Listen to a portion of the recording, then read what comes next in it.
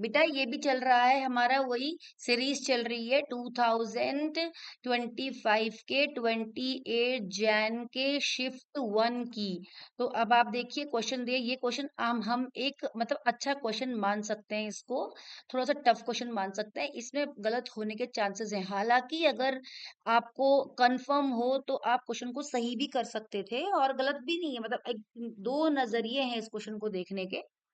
क्या है इसके अंदर? इसमें दिया हुआ है कि इंडियम, थैलियम एंड एल्यूमिनियम ये एक ग्रुप से बिलोंग करते हैं। लेड, टिन और जर्मेनियम एक ग्रुप से बिलोंग करते हैं। अगर हम यहाँ पर इनके बनाए बोरोन फैमिली और कार्बन फैमिली को, आपको पता है on moving up to down क्या होता है बच्चों? आयनेशन एंथैल्पी क्या होती है? बढ़ती रहती है। तो ये जो बोरोन फैमिली में आयनेशन एंथैल्पी चलती है ना बेटा, वो 500 से 700 तक चलती है, और इसमें जो चलती है 700 से 1000 तक, ठीक है? ये होता है। अब देखना जरा क्या हो रहा है यहाँ पर। यानी कि कार्बन फैमिली वाले जो हैं, इनकी जो स्टेट है वो बोरोन फैमिली से ज्यादा होगी, यानी कि ये तीनों तो पीछे रह गए, है ना? कौन जीतेगा अब यहाँ पर? अब यहाँ पर देखना, काशी गए सन्यासी पंजाबी, ठीक है? अब क्या मिले मुझे बॉटम टू पर? दो एलिमेंट्स मिल गए, कौन कौन से? टिन और लेड। और आपको पता है on moving up to down क्या होता है? कौन सी स्टेट स्टेबल होती है? वैसे तो +4 होती है, लेकिन यहाँ पर क्या होता है? इनर्ट पेयर इफेक्ट काम करता है। कहाँ पर काम करता है बेटा इनर्ट पेयर इफेक्ट?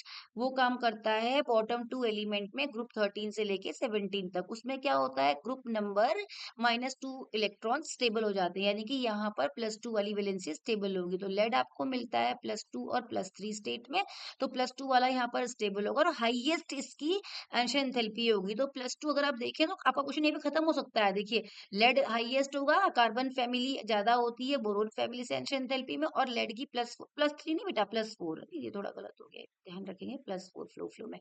तो ये +4 है, तो +2 स्टेबल स्टेट होती है इनर्ट पेयर इफेक्ट की वजह से। तो ये +2 आ गया यहाँ पर लेड का, और अगला आप लिख सकते हो +3।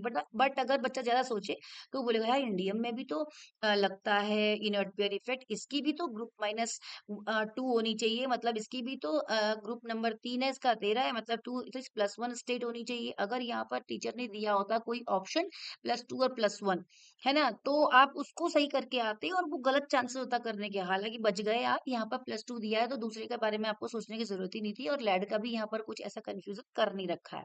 चलो, तो क्वेश्चन को आप यहीं पे खत्म कर सकते थे। बट मैं हमेशा क्लास में कहती रहती हूँ ना बेटा, exception is the question of your exam. तो यहाँ पर इंडियम में जो है ना बेटा, ये एक यहाँ पर एक्सेप्शन है। एक्सेप्शन क्या है? वैसे इनर्ट पेयर इफेक्ट क्या कहता है?